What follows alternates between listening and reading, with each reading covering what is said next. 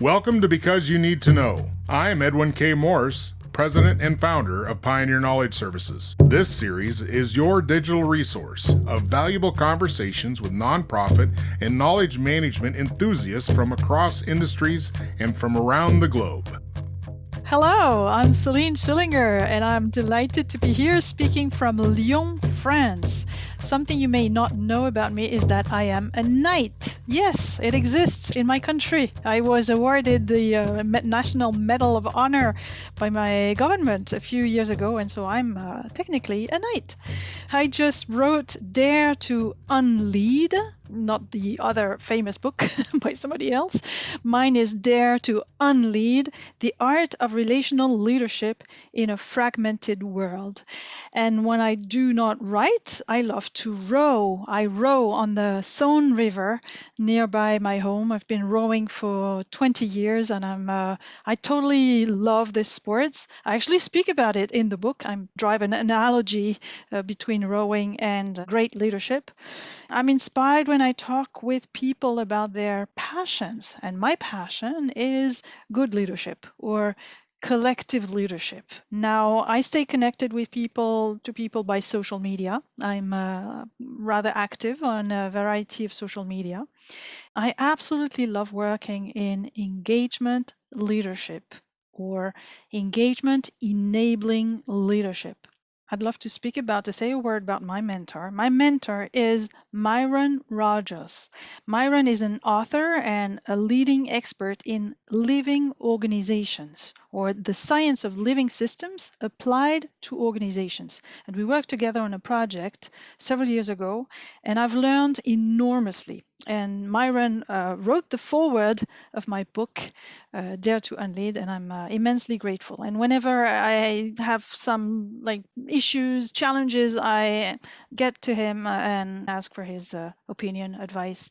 He's always been there for me. Very, very grateful to Myron. I just picked up the newspaper today, and you apparently won some big award. What was this all about? Yeah, Tell me about it. It's all fresh. It's from just a few hours ago. I was awarded the J. Cross Memorial Award by the Internet Time Alliance.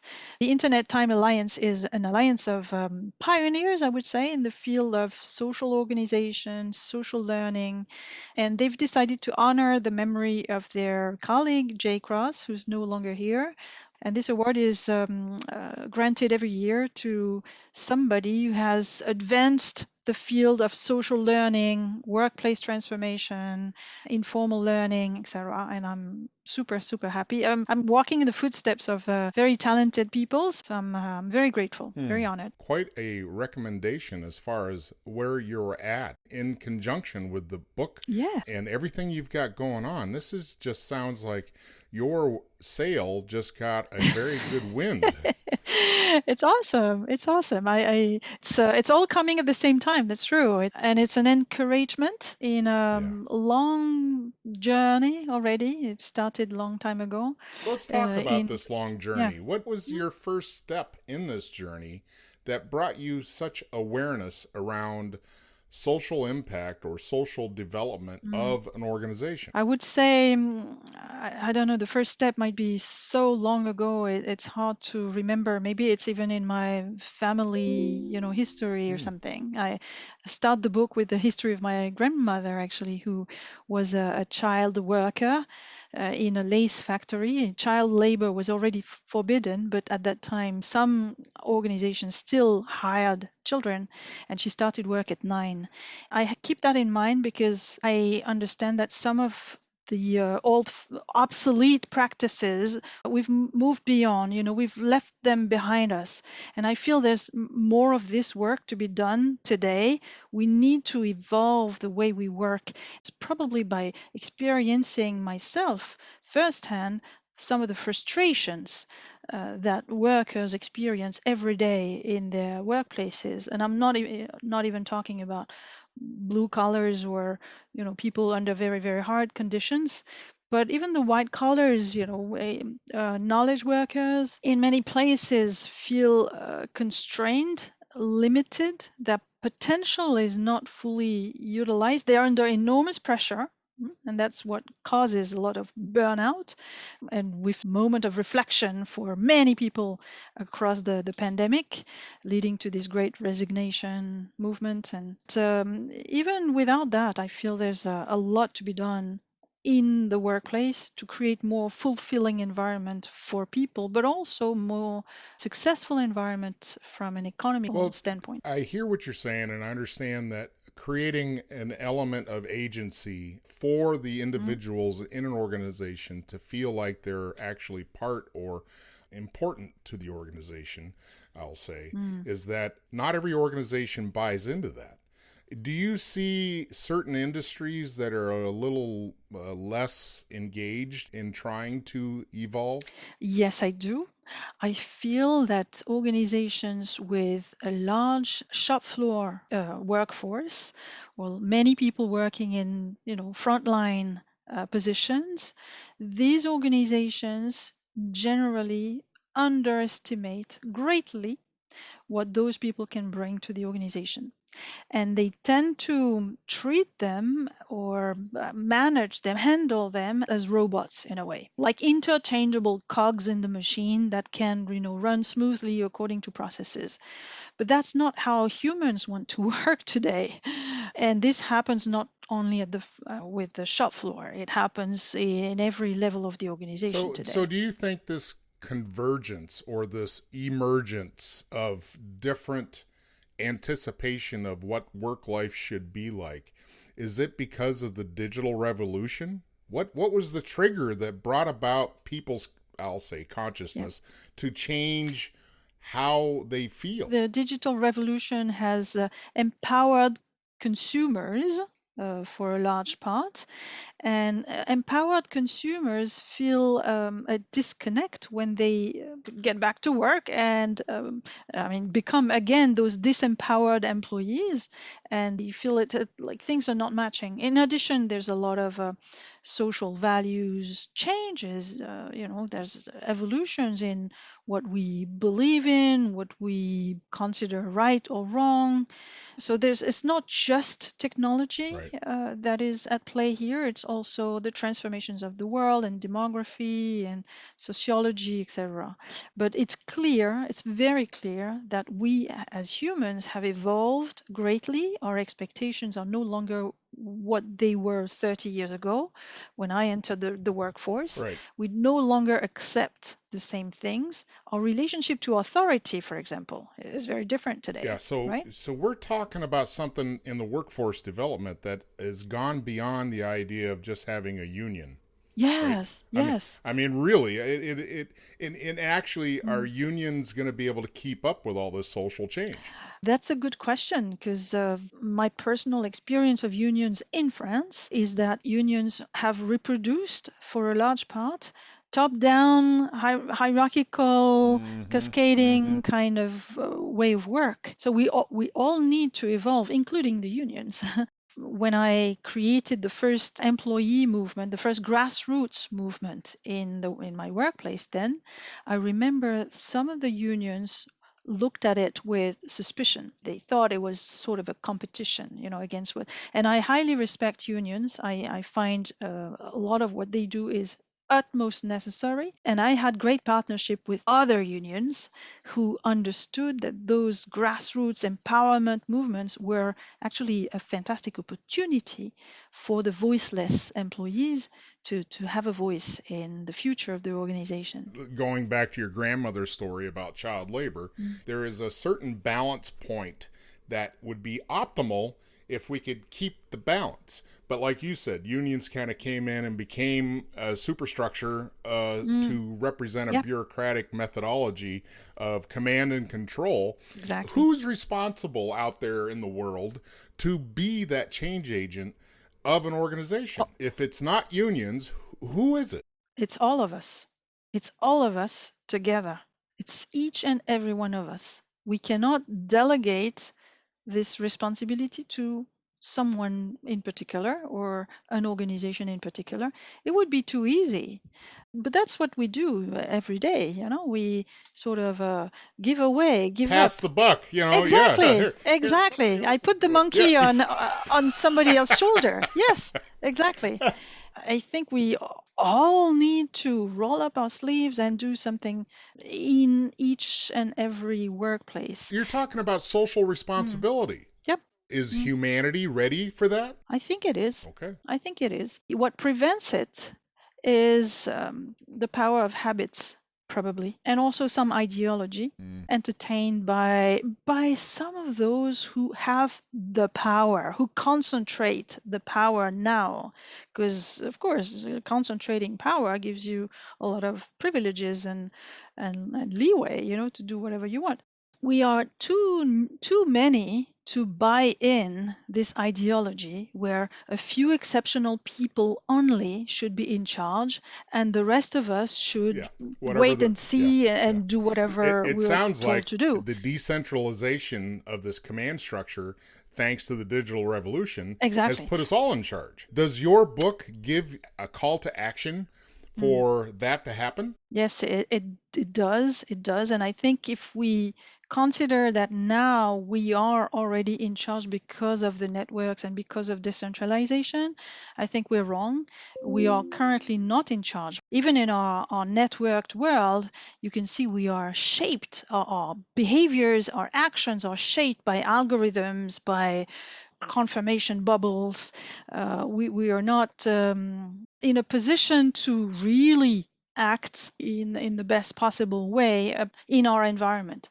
So we need to know more. We need to connect to more people. We need to connect the system to more of itself. That's one of the elements I bring in the book. I find networks to be a fantastic opportunity, but I'm also wary of some of the consequences we've seen in the last 5-8 years. So I do not idolize networks. I think there's a lot to be learned from communities as well. Explain to me the difference between a community and a network. I would say a network has no boundary, it's just the act of connecting, connecting ideas, connecting people, and you have strong networks, weak networks, and both are important.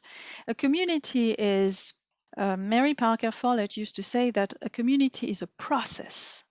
So it's super interesting. It's not a territory where that's often how we understand a community to be, I think most people would say a community is geographical. Exactly. And Mary Parker Follett said it's a process of integration. It's a creative process of integration.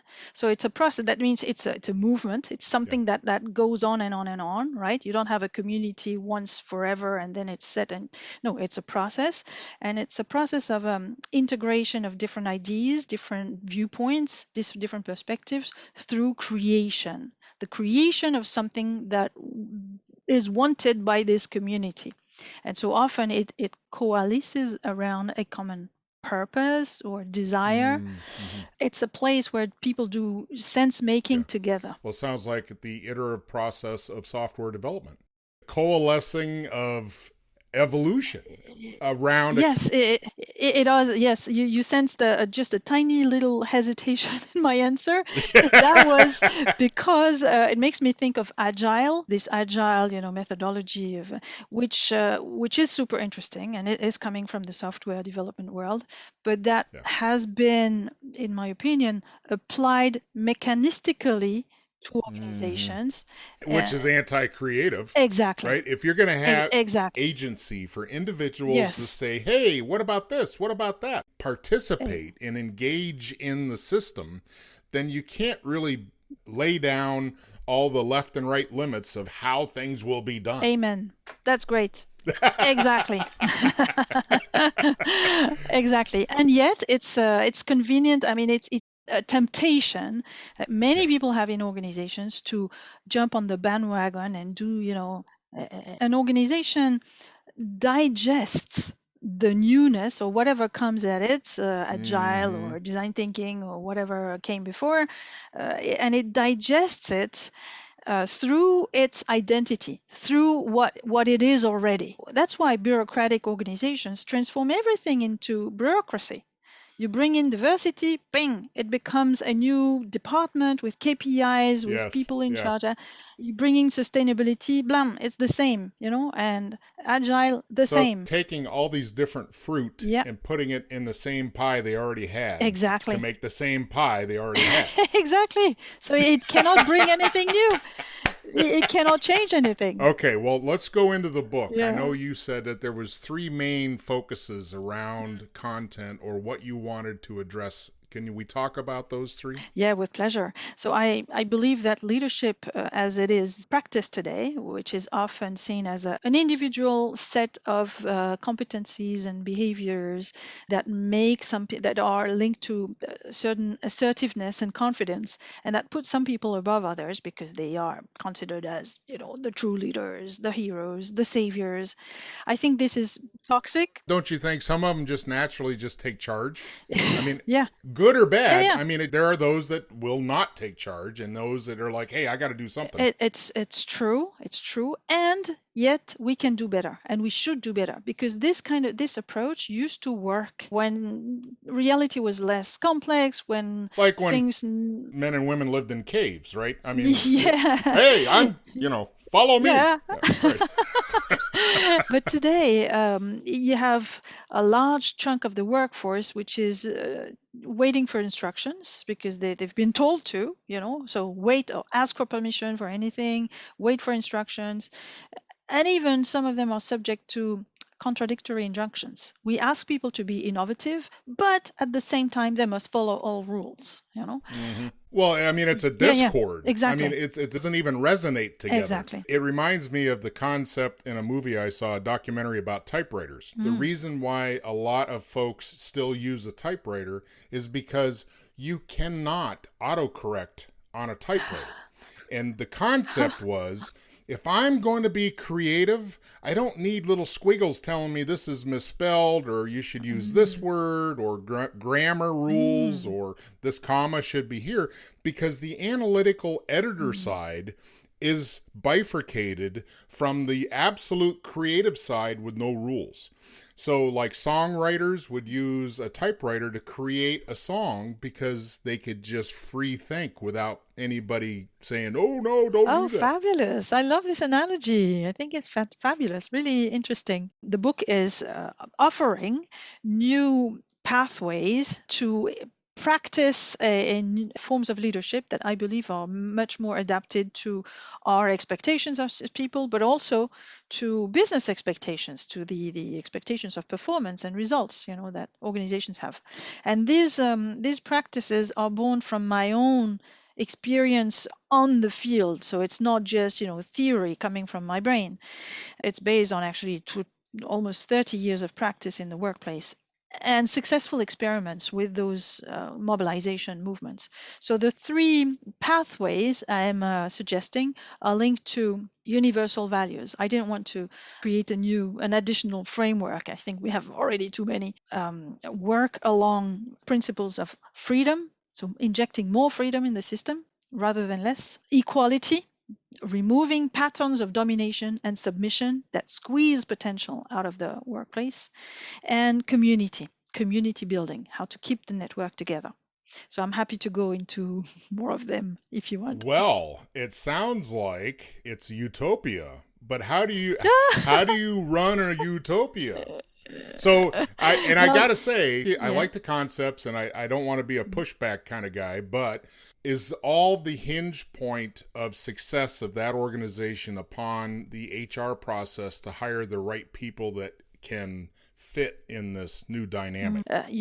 Thinking about all those experiments, successful experiments I've been through at a global scale with many people, like some of those experiments or practices, successful initiatives gathered 5,000, 8,000 people across 3 continents. Some of them were even bigger. So I can tell you it works. It's not a dream. It's not a fantasy. It's not an ideal. It actually works. And there are some very, very practical stories and tips in the book. So the first principle around liberty, it's not inviting people to do whatever they want. It actually starts with oneself. It starts with self-emancipation. it's about questioning the rules of engagement, I would say. Why am I being asked to do this or that? What system am I in? What do I reproduce from the current system that should be changed instead? I give you one example. If people suffer from hierarchical management, but then at the same time they ask for permission for everything to their boss, what do?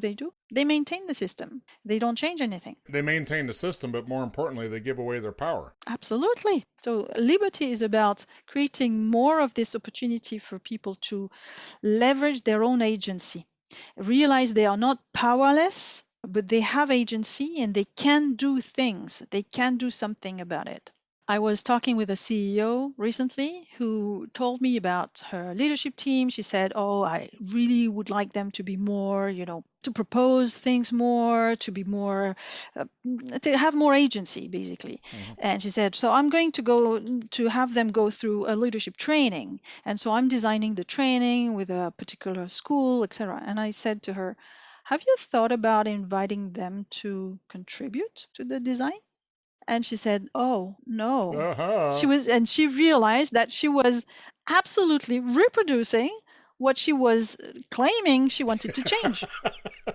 You see? Most people have these little recordings in their head of architecture of what is, and that's where you've got to start, right? Exactly. You got to give the brain an update to change the operating system. Exactly. That's what Barry Oshry called system sight. He said we need to shift from system blindness to system sight. And he says this is the source of empowerment, self-empowerment. Tell me more about that. Oh, it's fabulous. Barry Oshry he lives near Boston, I think, worked for many, many years around human systems. He's a fabulous thinker around human systems.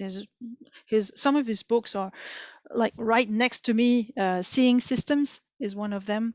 Unlocking the Mysteries of Organizational Life. And Barry Oshry says we tend to act along, he calls that the dance of blind reflex.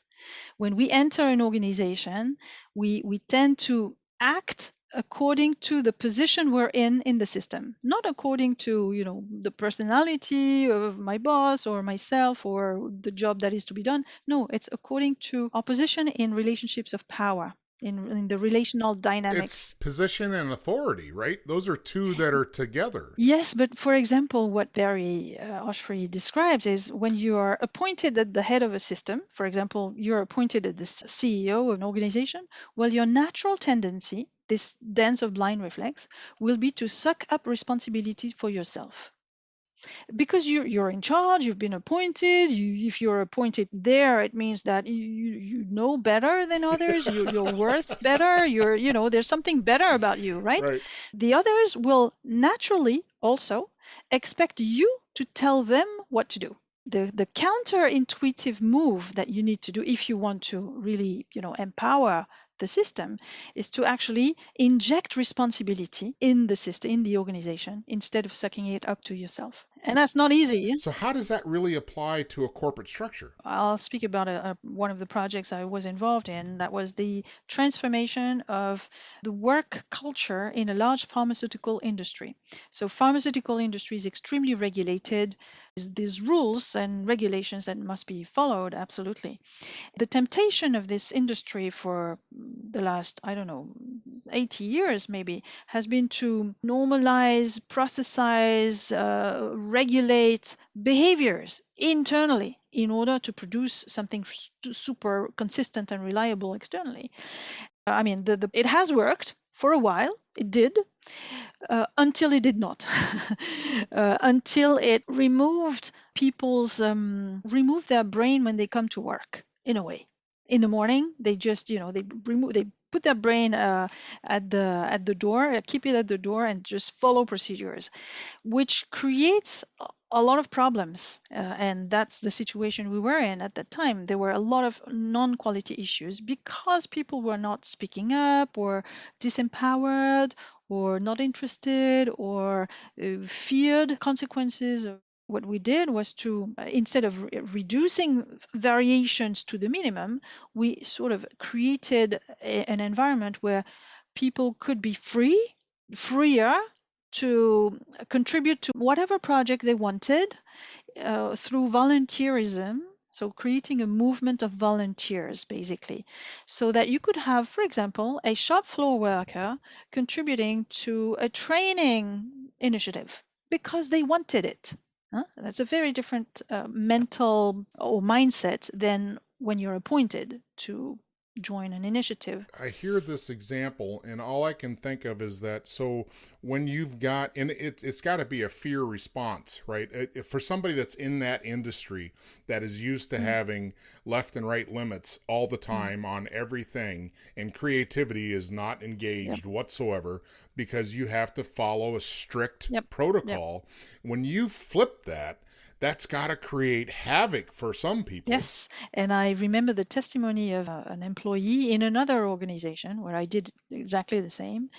And that person said, at first, this freedom was unsettling. It was unsettling. We were a little bit afraid, when we, get those volunteers and say, okay, now what do you want to do? And they're like, ooh. And she added, but then we realized we could use this freedom to be creative.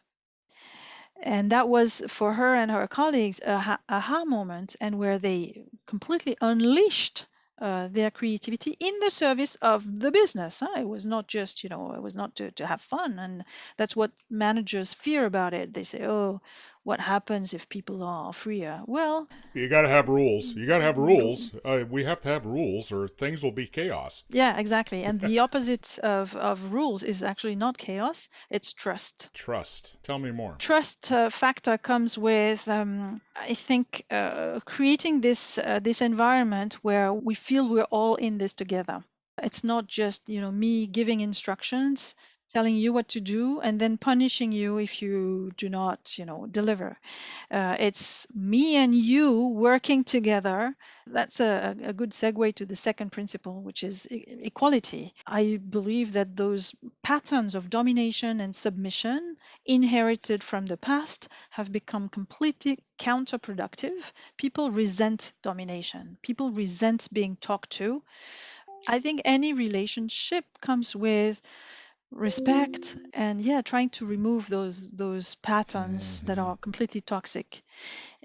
And as a woman in the workplace, a very privileged woman, I must say, but still a woman, I can say I have experienced those patterns of domination and submission. I have seen them all around me for 30 years. And so I believe the opportunity here comes with networks as technologies, but also networks as organizing principle or as modes of ways of working, how to work more. That's why I talked about volunteer networks, for example.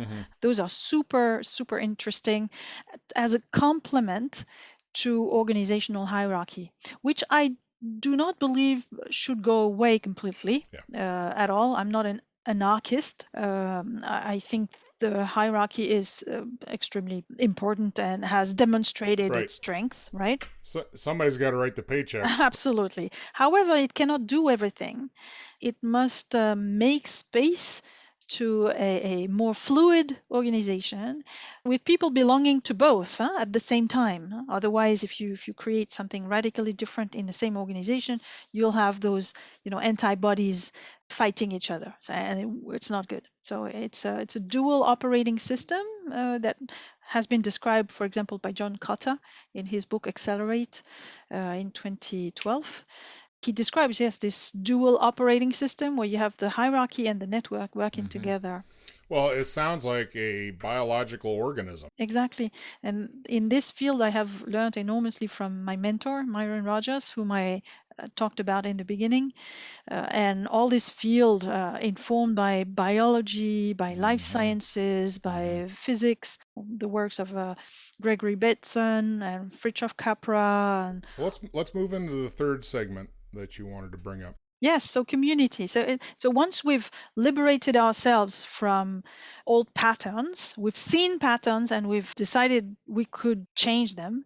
Once we've connected the system to more of itself in order to benefit from its diversity, free of domination or submission, then we need something to keep the network together. so that it doesn't, go in every direction.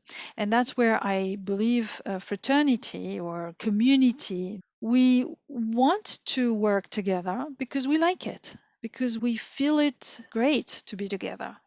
This feeling, which is absent in many organizations because they don't care, I believe is the core element, the core enabler for good work, with important consequences on society, on positive consequences. You're talking more than just a mission statement. It's a mission statement in a way, but more than that, I would say it's an activist purpose. I've been very much influenced by the science of movements. And there's a lot to be learned from social movements. There's a lot to be imported in organizations. If we want things to move fast, if we want organizations to deliver, you need to engage people and almost build like a political movement. But it's not political, of course, but it's creating this movement where people will want to join instead of being forced to do something. Right? You're creating inspiration. Yes. How do you create company inspiration? Well, it's pretty simple. It starts with leadership.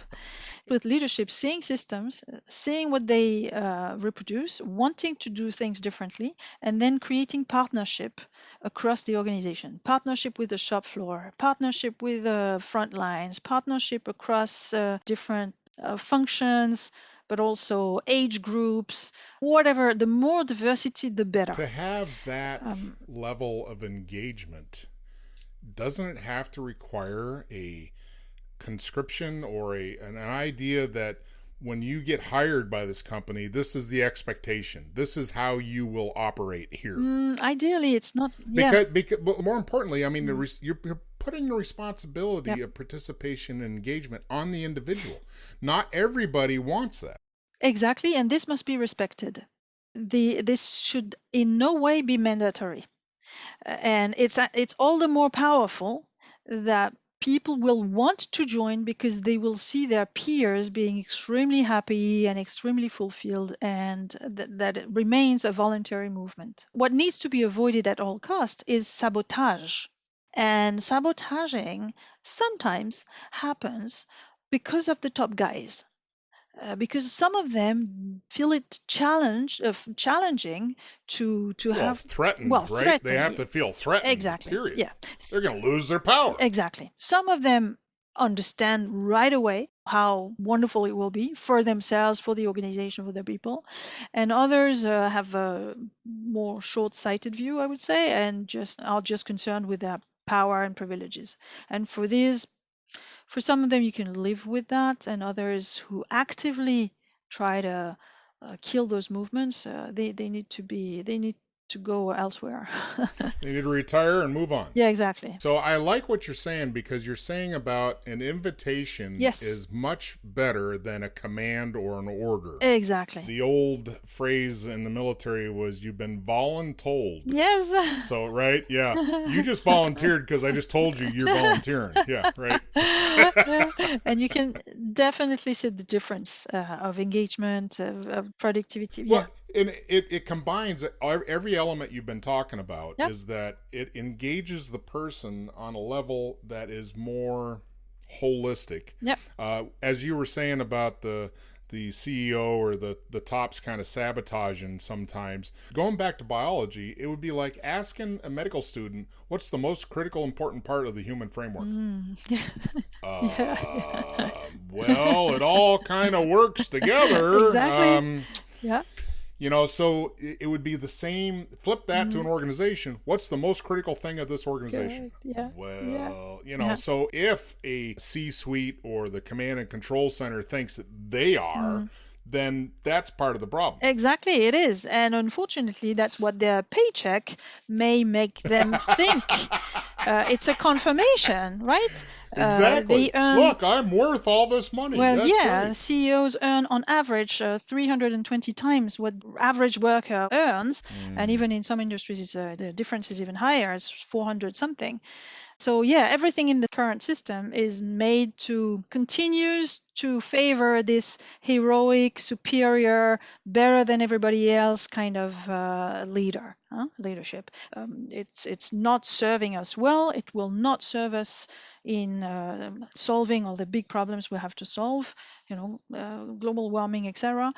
We need to shift our perspective to leadership is a collective capacity. Leadership is a collective capability or capacity to be nurtured. And responsibility. Exactly. Right? Yeah.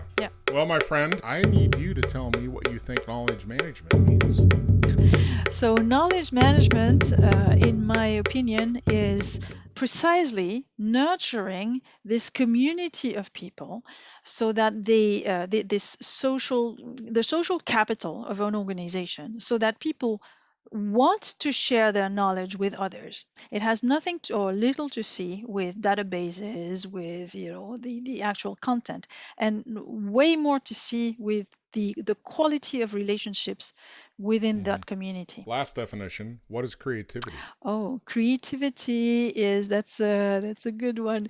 Creativity is being confident that you can do things differently. It has to do a lot with arts, with seeing the world differently, with system sight, but it's about this confidence that anything is interesting. Not everything is good, but anything different is interesting. It can open new ways. You never know. And in this respect, I've been extremely lucky to be, I feel I've been lucky to be born from artist parents. Both were art teachers and have probably helped me challenge things in the workplace. That's interesting. So an art background prepared you for business. Yeah, exactly. I didn't want to be an art teacher myself. It was too hard. It's super difficult to be a teacher. Well, thank you, my friend. Any other final thoughts before we go? Thank you, Edwin. I loved our conversation, and I think it's important to follow your podcast because you need to know. Awesome. Oh, thank you, Edwin.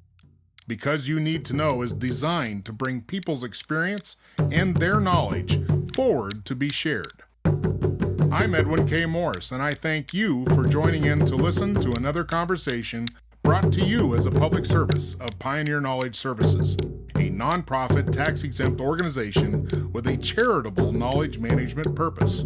Find us online at pioneer-ks.org and add your voice to the conversation on Facebook.